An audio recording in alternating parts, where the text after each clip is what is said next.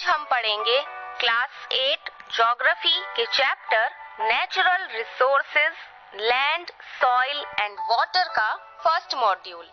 इस चैप्टर को हमने कई मॉड्यूल्स में डिवाइड किया है।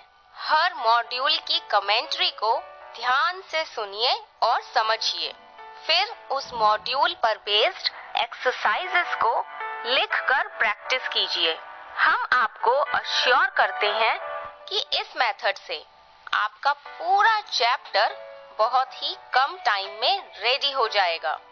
तो फ्रेंड्स, आज हम फर्स्ट मॉड्यूल में इस चैप्टर को इंट्रोड्यूस करेंगे और साथ ही डिस्कस करेंगे लैंड रिसोर्स और उसके इम्पोर्टेंस के बारे में। तो फ्रेंड्स, अब तक हम जान चुके हैं कि नेचुरल रिसोर्सेज क्या होते हैं और हमने ये भी रियलाइज किया कि नेचुरल रिसोर्सेज की सिग्निफिकेंस या कहें इम्पोर्टेंस ह्यूमन लाइफ में क्या होती है। हमने वेरियस नेचुरल रिसोर्सेज के बारे में भी जान लिया है। अब क्या आपको पता है कि लैंड, सॉइल और वाटर भी इम्पोर्टेंट नेचुरल रिसोर्सेज हैं for all forms of life on the earth. तो चलिए समझते हैं लैंड रिसोर्स के बारे में। फ्रेंड्स, एक बात बताइए, why do places differ from each other? यानी एक जगह दूसरी जगह से या एक रीजन दूसरे रीजन से कैसे डिफरेंट होते हैं। फॉर एग्जाम्पल, अगर हम इंडिया की ही बात करें तो हम देखेंगे कि राजस्थान और पंजाब दोनों ही इंडिया के स्टेट्स हैं, लेकिन दोनों काफी डिफरेंट हैं।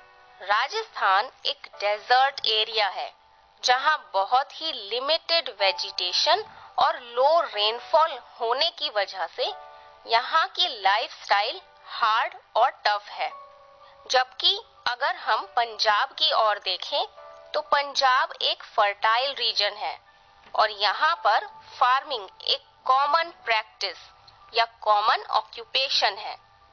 यहाँ की लैंड और सॉइल की क्वालिटी राजस्थान से बेटर है और यहाँ के फार्मर्स साइंटिफिक मेथड्स और एडवांस्ड टेक्नोलॉजी अपनी फार्मिंग या एग्रीकल्चर में यूज करते हैं। तो हमने देखा कि राजस्थान और पंजाब दोनों ही इंडिया के पार्ट्स हैं, लेकिन दोनों एक दूसरे से बहुत ही अलग हैं और इसीलिए दोनों जगहों के लोग अलग अलग लाइफस्टाइल लीड करते हैं। अब ये जो डिफरेंस है ये किस वजह से हो सकते हैं? ये डिफरेंसेस नेचुरल रिसोर्सेज जैसे कि land, soil, water, natural vegetation, animals, usage of technology, इन सभी की वजह से हो सकते हैं।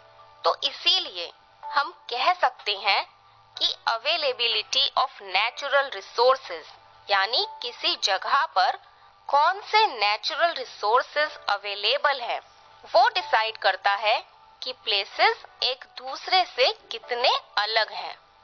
तो फ्रेंड्स, लैंड एक बहुत ही इम्पोर्टेंट नेचुरल रिसोर्स है। हम ये भी कह सकते हैं कि लैंड एक बेसिक नेचुरल रिसोर्स है क्योंकि हम लैंड पर ही रहते हैं। हमारी जो बेसिक नीड्स हैं जैसे फूड, क्लोथिंग और शेल्टर वो लैंड से ही फुलफिल होती हैं। In fact you will be surprised to know कि हम अपनी 95% जो हमारी नीड्स हैं फूड की, क्लोथिंग की, शेल्टर की, ये हम लैंड से ही फुलफिल करते हैं। तो कितनी परसेंट नीड्स हमारी लैंड से ही फुलफिल होती हैं? Correct, 95% basic needs like food, clothing and shelter are fulfilled by the land resource. Land about 30% of the total area of Earth's surface को cover करता है। यानी अर्थ सरफेस का 30% area is covered by land. इसमें से about 90% of the world population सिर्फ 30% land area में रहते हैं। जो रिमेनिंग 70% ऑफ लैंड है वो या तो स्पार्सली पॉपुलेटेड है यानी वहाँ पर बहुत ही कम पॉपुलेशन है, या फिर अनइनहैबिटेड है, यानी ऐसी जगह जहाँ कोई भी नहीं रहता। क्योंकि ऐसा जरूरी नहीं कि लैंड हर जगह ह्यूमन हैबिटेशन के लिए यानी ह्यूमन के रहने के लिए सुटेबल हो। हार्श क्लाइमेटिक कंडीशंस और अनफ्रेंडली रिलीफ फीचर्स भी लैंड को थिनली पॉपुलेटेड यानी स्पार्सली पॉपुलेटेड बनाते हैं। रिलीफ फीचर्स यानी डिफरेंट लैंड फॉर्म्स जैसे माउंटेन्स, प्लेन्स और वैलीज। तो फ्रेंड्स, अब आप बताइए कि अर्थ सरफेस का कितना पार्ट लैंड कवर करता है? करेक्ट, लैंड कवर करता है अर्थ सरफेस का 30% पार्ट। और कितने परसेंट पार्ट में वर्ल्ड पॉपुलेशन रहती है? करेक्ट, अबाउट 90% वर्ल्ड पॉपुलेशन सिर्फ 30% एरिया में ही रहती है। रिमेनिंग 70% एरिया या तो स्पार्सली पॉपुलेटेड है या फिर अनइनहैबिटेड है। फ्रेंड्स, अगर हम डेंस पॉपुलेशन यानी बहुत ज्यादा या थिकली पॉपुलेटेड या स्पार्स पॉपुलेशन की बात करें तो हम देखेंगे कि कुछ एरियाज डेंसली पॉपुलेटेड हैं, जबकि कुछ एरियाज स्पार्सली पॉपुलेटेड हैं। अब ये जो अनइवन डिस्ट्रीब्यूशन है पॉपुलेशन का, यानी किसी एरिया में बहुत ज्यादा पॉपुलेशन और किसी एरिया में बहुत ही कम, तो इसे कहते हैं अनइवन डिस्ट्रीब्यूशन। तो ये जो अनइवन डिस्ट्रीब्यूशन है ऑफ पॉपुलेशन, ये किस वजह से होता है? आइए इसको समझते हैं। ये जो अनइवन डिस्ट्रीब्यूशन है of population around the world, ये इसलिए है क्योंकि लैंड और क्लाइमेट के अलग अलग कैरेक्टरिस्टिक्स होते हैं। लैंड और क्लाइमेट हर जगह एक जैसे नहीं होते। क्लाइमेट मॉडरेट या एक्सट्रीम हो सकती है, और लैंड के कैरेक्टरिस्टिक्स की अगर बात करें तो लैंड या तो हाई हो सकते हैं या फिर लो हो सकते हैं। इसको एग्जाम्पल से समझते हैं। वो रीजन्स जहाँ की टोपोग्राफी रगेड है, टोपोग्राफी यानी लैंड सरफेस के फीचर्स रगेड हैं यानी अनइवन है, या फिर steep slopes of the mountains जिन्हें ढलान भी कहते हैं। लो लाइंग एरियाज जहाँ पे वाटर लॉगिंग की चांसेस ज्यादा रहती हैं, यानी एक जगह पर पानी इकट्ठा होने के चांसेस ज्यादा रहते हैं। डेजर्ट एरियाज या फिर थिक फॉरेस्टेड एरियाज यानी जहाँ पे घने जंगल हैं। तो ये कुछ ऐसे एरियाज हैं जो कि स्पार्सली पॉपुलेटेड होते हैं या फिर अनइनहैबिटेड होते हैं। वो एरियाज जहाँ पे फ्लैट और प्लेन लैंड्स होते हैं और रिवर वैलीज होती हैं, वो एरियाज एग्रीकल्चर के लिए सूटेबल होते हैं, और इसीलिए इस तरह के एरियाज डेंसली पॉपुलेटेड होते हैं। तो अब आप समझ गए कि कुछ एरियाज तो स्पार्सली पॉपुलेटेड है और कुछ एरियाज डेंसली पॉपुलेटेड। किस वजह से? बिल्कुल सही, क्योंकि लैंड के और क्लाइमेट के फीचर्स हर जगह अलग अलग होते हैं। रगेड टोपोग्राफी वाले areas, steep slopes of the mountains, low lying areas जहाँ पे वाटर लॉगिंग की चांसेस ज्यादा हैं, desert areas, thick forested areas, ये वो एरियाज हैं जो स्पार्सली पॉपुलेटेड या फिर अनइनहैबिटेड होते हैं। इसके अलावा प्लेन लैंड्स और रिवर वैलीज जो एग्रीकल्चर के लिए सूटेबल हैं, वो एरियाज डेंसली पॉपुलेटेड होते हैं। फ्रेंड्स, इसका बेस्ट एग्जांपल है इंडिया के गंगा ब्रह्मपुत्र प्लेन्स, जो एक ओवर पॉपुलेटेड रीजन है, क्योंकि ये एरिया फर्टाइल है और एग्रीकल्चर के लिए सूटेबल है।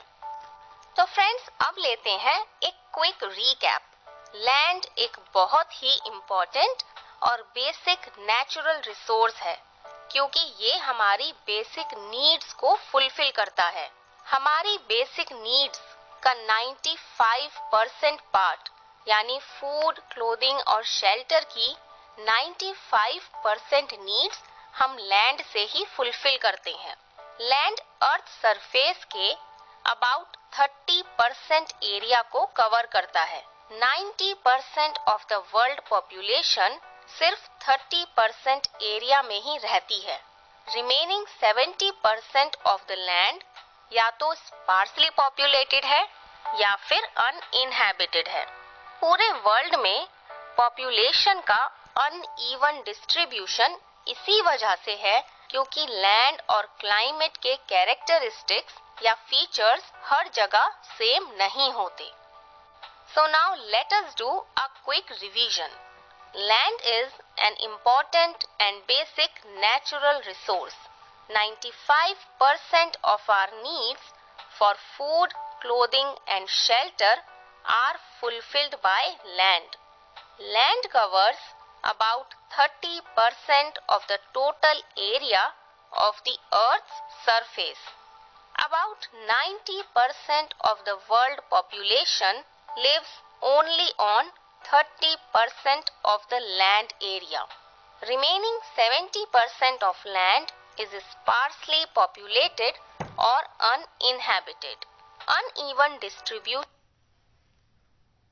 Hello friends, आज हम पढ़ेंगे क्लास 8 ज्योग्राफी के chapter natural resources, land, soil and water का सेकेंड मॉड्यूल। पिछले मॉड्यूल में हमने समझा कि लैंड रिसोर्स क्या है और उसकी इम्पोर्टेंस कितनी ज्यादा है। इस मॉड्यूल में हम जानेंगे लैंड यूज के बारे में। तो फ्रेंड्स, चलिए समझते हैं लैंड यूज किसे कहते हैं।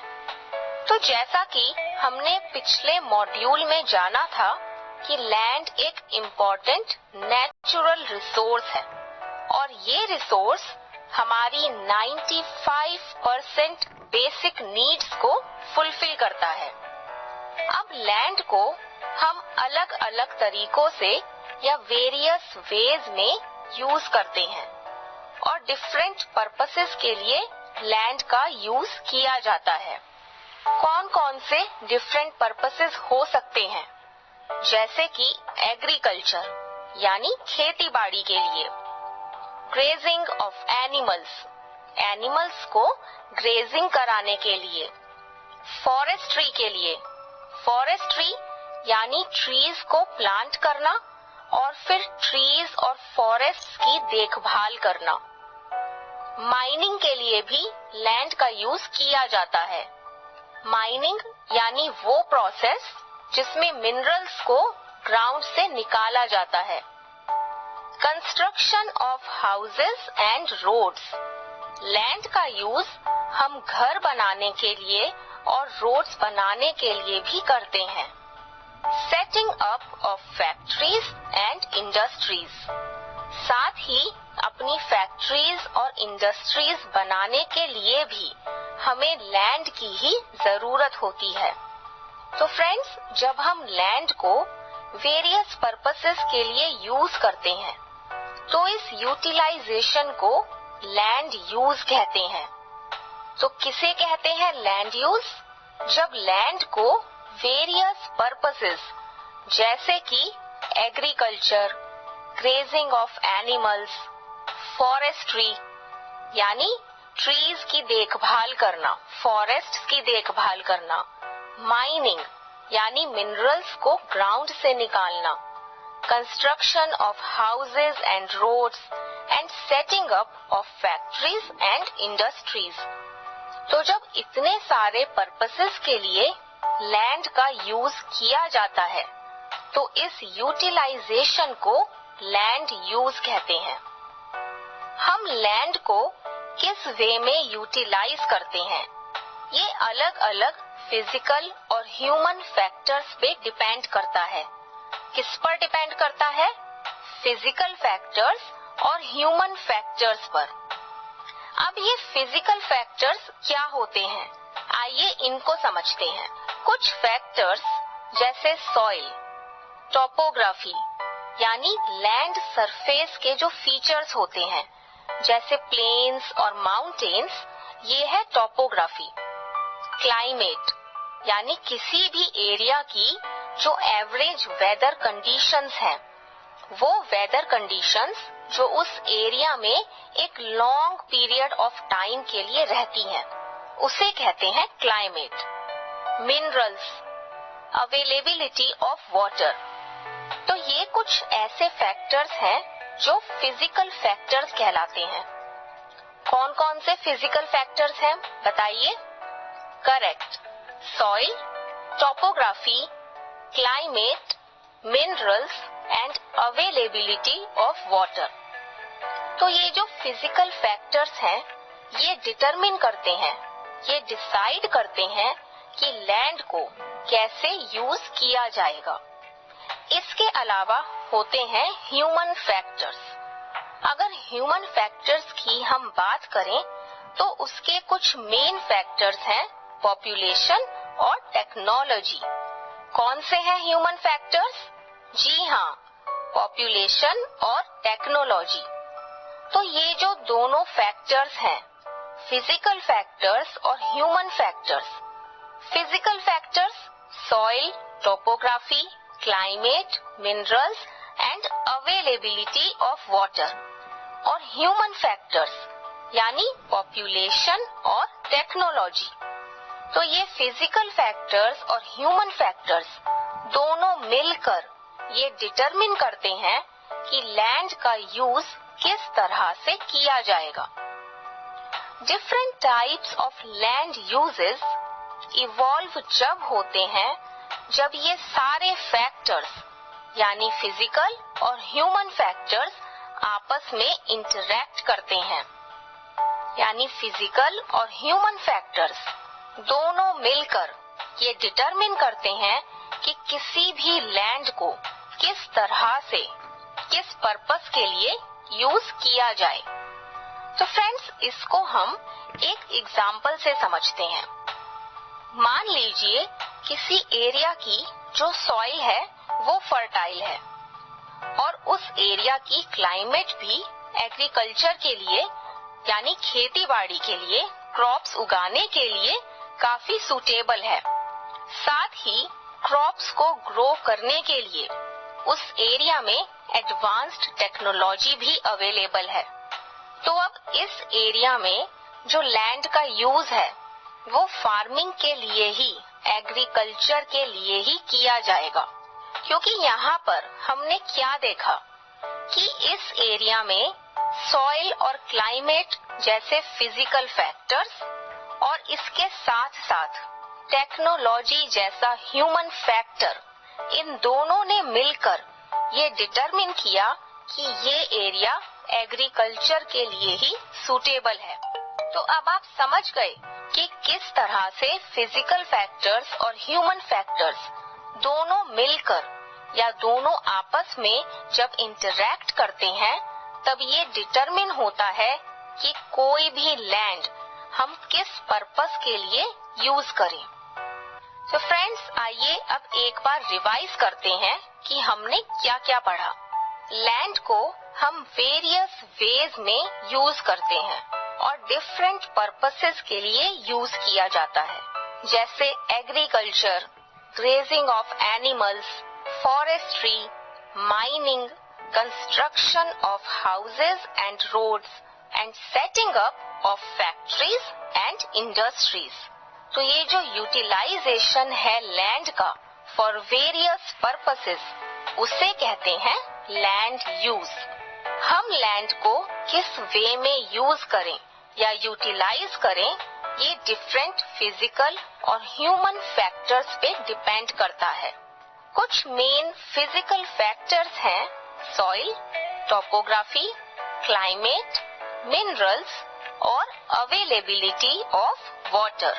कुछ मेन ह्यूमन फैक्टर्स हैं पॉपुलेशन और technology. So now let's revise it. When we use land for various purposes such as agriculture, grazing of animals, mining, forestry, construction of roads and buildings, and setting up of industries, it is known as the land use.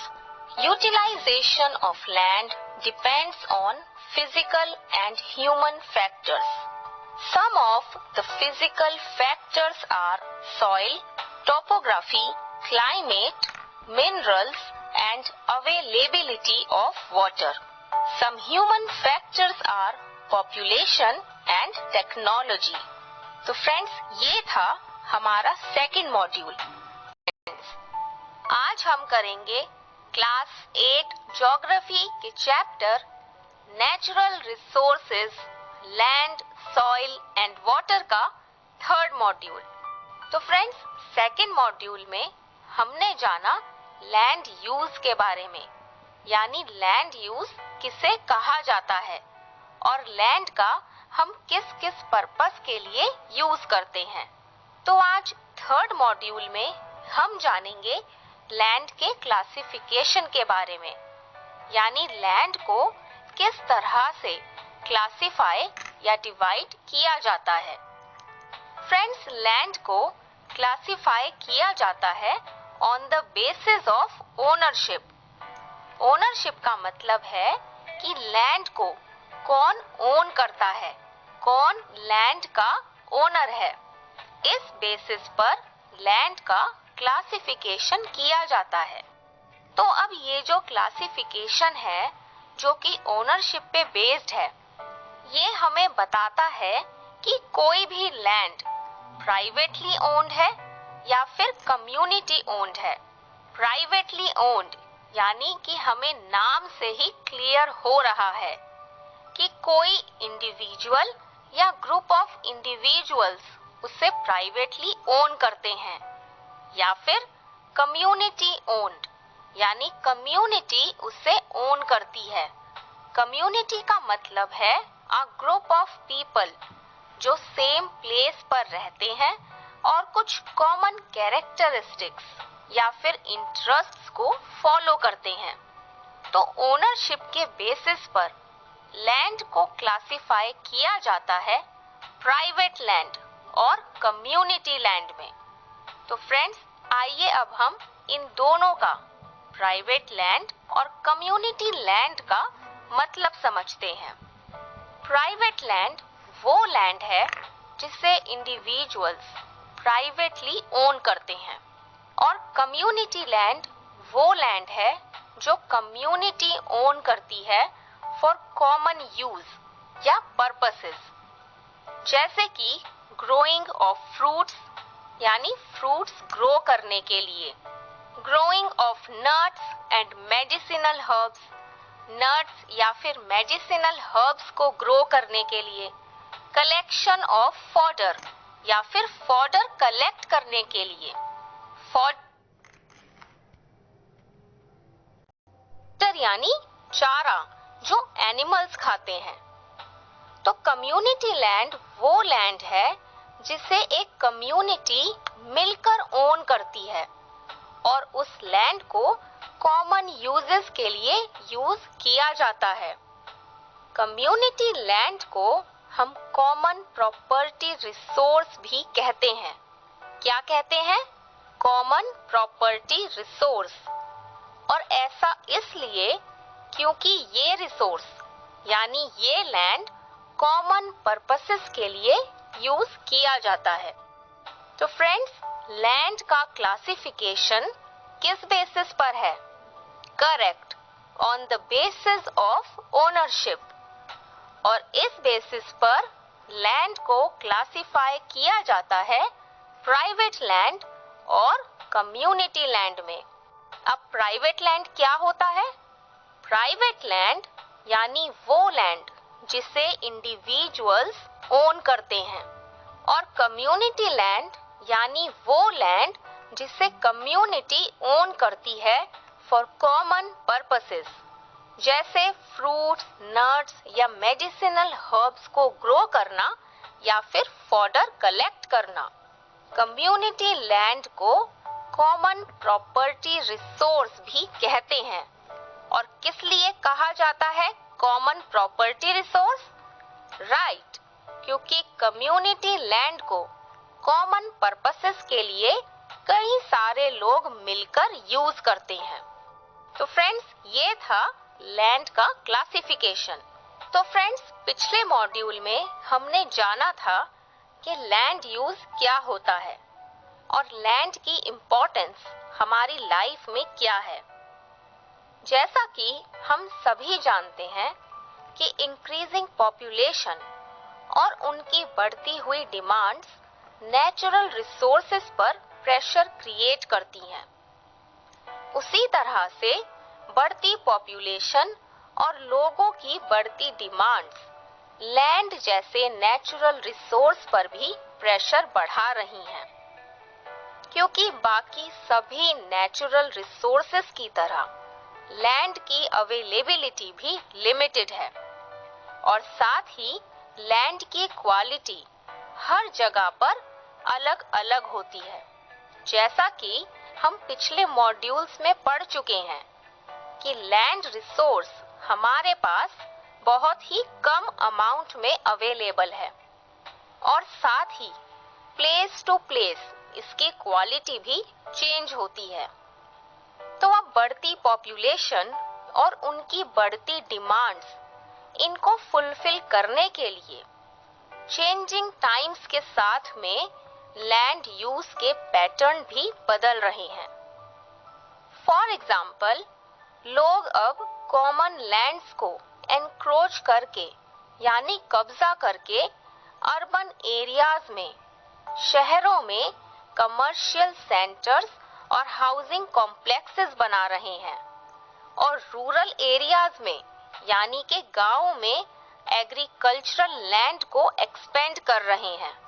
तो land के इस तरह के use से land resource पर pressure बढ़ रहा है। लोग शहरों में ज्यादा से ज्यादा हाउसिंग कॉम्प्लेक्सेस और कमर्शियल सेंटर्स बना रहे हैं और गांव में एग्रीकल्चरल लैंड को बढ़ा रहे हैं। और लैंड यूज का ये जो पैटर्न है वो सिर्फ इसीलिए चेंज हो रहा है क्योंकि पॉपुलेशन बढ़ती जा रही है और उनके डिमांड्स भी। तो अब बढ़ती पॉपुलेशन की नीड्स को फुलफिल करने के लिए लैंड यूज के पैटर्न्स बदल रहे हैं। Moreover, too much pressure on land because of expansion of agriculture के बढ़ने से और कंस्ट्रक्शन एक्टिविटीज के बढ़ने से कई सारी प्रॉब्लम्स क्रिएट हो रही हैं। इनमें से कुछ मेजर प्रॉब्लम्स हैं लैंड डिग्रेडेशन यानी लैंड की क्वालिटी का रिड्यूस होना। सेकंड मेजर प्रॉब्लम है लैंडस्लाइड यानी लैंड का अपनी जगह से कोलैप्स हो जाना। सोयल इरोजन, विंड या वाटर की वजह से सॉइल की टॉप फर्टाइल लेयर का रिमूव होना। और डेजर्टिफिकेशन यानी लो रेनफॉल की वजह से या फिर डिफॉरेस्टेशन की वजह से, मतलब large scale cutting of trees, उसे कहते हैं डिफॉरेस्टेशन। तो लो रेनफॉल या डिफॉरेस्टेशन के वजह से जो फर्टाइल लैंड है वो डेजर्ट में बदल जाता है और इसी को डेजर्टिफिकेशन कहते हैं। तो फ्रेंड्स, इतने सारे जो प्रॉब्लम्स हैं वो एनवायरनमेंट के लिए एक मेजर थ्रेट हैं।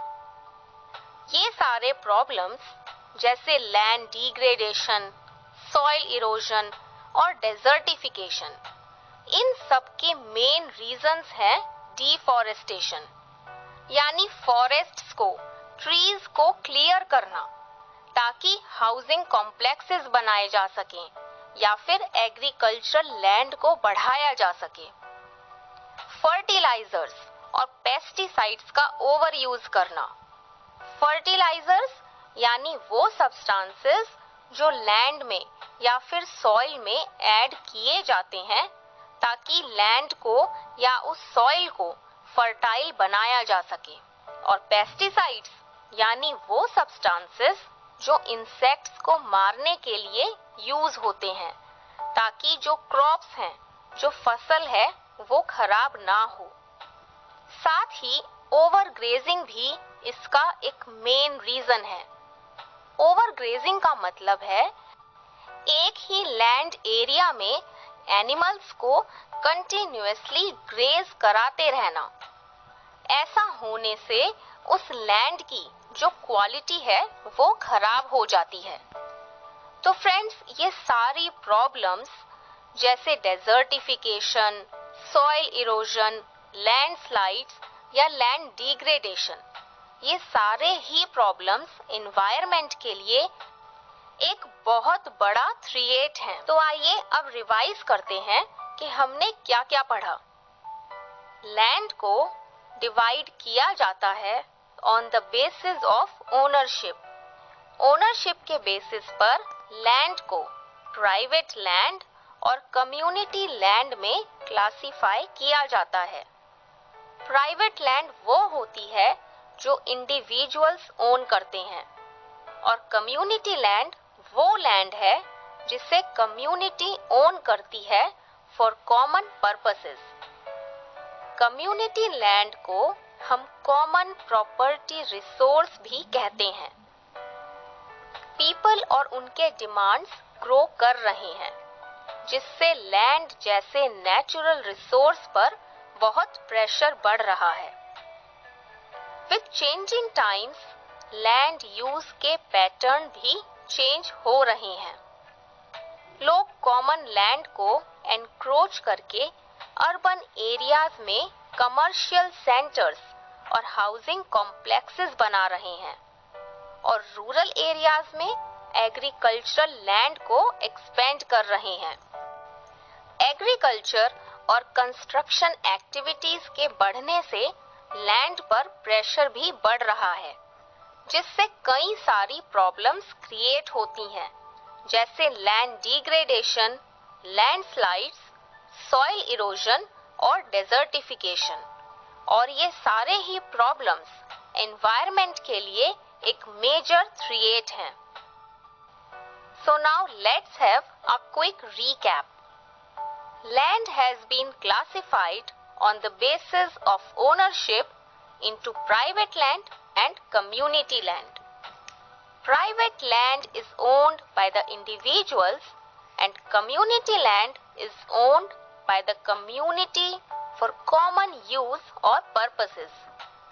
Community land is also known as the common property resource. People and their demands are ever growing, but the availability of land is limited. With changing times, land use pattern is also changing. For example, people have started encroaching common lands to build commercial centers and housing complexes in urban areas and expanding the agricultural land in rural areas.